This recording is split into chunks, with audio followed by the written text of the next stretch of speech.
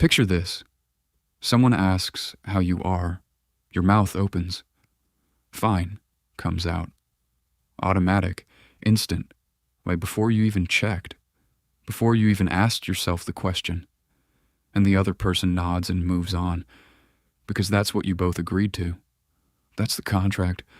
Don't ask too much. Don't say too much. Keep it moving. But here's what nobody talks about. That contract has a cost, and you've been paying it for longer than you realize. Let's be honest about what fine actually is. It's not an answer. It's a door closing. A polite, socially acceptable way of saying, I'm not going to show you what's actually happening in here, and nobody questions it. Nobody pushes back, because they're doing the exact same thing. Two people standing across from each other, both pretending, both nodding, both moving on. The performance is so practiced, so automatic, so deeply woven into the fabric of daily life that most people have completely forgotten it is a performance. And here's where it gets interesting. The problem isn't the lie itself. Humans lie constantly. For comfort, for convenience, for kindness. The problem is what happens when the lie becomes the default. When fine stops being a social nicety and starts being the only answer you know how to give, even to yourself. To understand why this happens, you need to understand something about the way emotions actually work in the brain. Emotions are not just feelings. They are information. They are your nervous system's way of flagging something important, a need, a boundary, a wound, a warning. When you feel something uncomfortable and you immediately suppress it, push it down, cover it with fine, keep moving, you don't eliminate the emotion. You just stop processing it. The information sits there, unread, building. Psychologists call this emotional suppression. And the research on it is striking. People who habitually suppress their emotions don't experience fewer negative emotions than people who don't. They experience more. The suppression itself generates stress. The body keeps score even when the mind pretends not to. Your nervous system is still responding to the thing you said you were fine about. Your cortisol levels are still elevated. Your sleep is still disrupted. Your body is dealing with something your words refuse to acknowledge. And this is where it becomes a daily pattern rather than an occasional coping mechanism. Because the more you suppress, the more automatic it becomes. Every time you say fine and move on, you're training your brain. You're reinforcing a neural pathway that says, uncomfortable feeling arrives, suppress immediately, keep functioning. Do that enough times and it stops feeling like a choice. It just becomes how you operate. The mask stops feeling like a mask. It starts feeling like your face. Think about what this looks like in practice. You have a hard day. You don't tell anyone. You go home, distract yourself, go to sleep. You have a hard week. You say you're tired. You have a hard month. You say work is busy. You have a hard year. And when people ask, you smile. You say you're managing. You say things are okay. And nobody pushes because you seem okay. And you seem okay because you've gotten very good at seeming okay. But underneath all of that, something is accumulating. Here's the layer most people never look at. Pretending you're fine isn't just emotionally costly.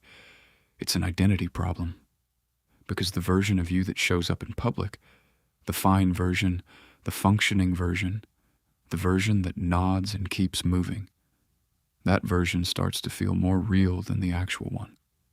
The performing self crowds out the authentic self, not all at once. Gradually. So gradually that most people don't notice it happening until one day someone asks them what they actually want, what they actually feel, who they actually are, and they realize they have no idea. The answer that comes up is just another version of fine, and that's the real cost. Not the individual moments of suppression, not the individual fines said to individual people in individual hallways. It's the slow accumulation of a life lived one layer removed from yourself. A life where you are always slightly performing, always slightly edited, always slightly less than fully present in your own experience. So what do you actually do with this? Because just be honest isn't advice. It's a demand without a method.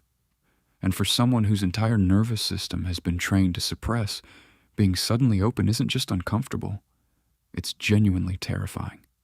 3 things actually help. First, start with yourself before anyone else. The first dishonesty isn't the one you tell other people, it's the one you tell yourself, the automatic, "I'm fine," you issue internally before you've even checked. Before you say anything to anyone, pause. Actually ask yourself the question. How am I? Not how should I be? Not how do I want to appear? How am I right now, actually? You don't have to tell anyone the answer. You just have to stop lying to yourself first. Second, find one person and one level lower.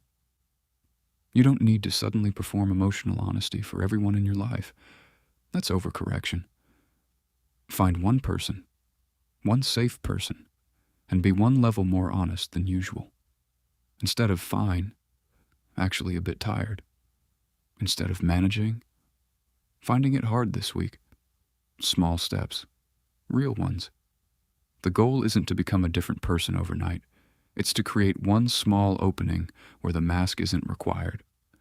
Third, and this is the one that changes things permanently, learn to tolerate being seen without knowing the outcome. The reason the mask goes up is because somewhere along the way, you learned that showing how you actually feel was not safe. That vulnerability had a cost. That being too much, too honest, too real, was a risk not worth taking. Unlearning that takes time. But it starts with noticing the moment the mask goes up and asking yourself what you're protecting. Because most of the time, what you're protecting isn't yourself. It's the other person's comfort, and that is a very expensive trade. The fine version of you has kept a lot of things running. It has held a lot of rooms together. It has shown up when it didn't want to, smiled when it didn't feel like it, kept moving when everything in it wanted to stop. That version of you deserves some credit, but it has also cost you something. Closeness, authenticity, the experience of being fully known by another person and not having the world end because of it. You are allowed to be more than fine. You have always been allowed to be more than fine. Most people are just waiting for someone to go first. If this landed somewhere real, share it with someone who always says they're fine. They'll know why you sent it.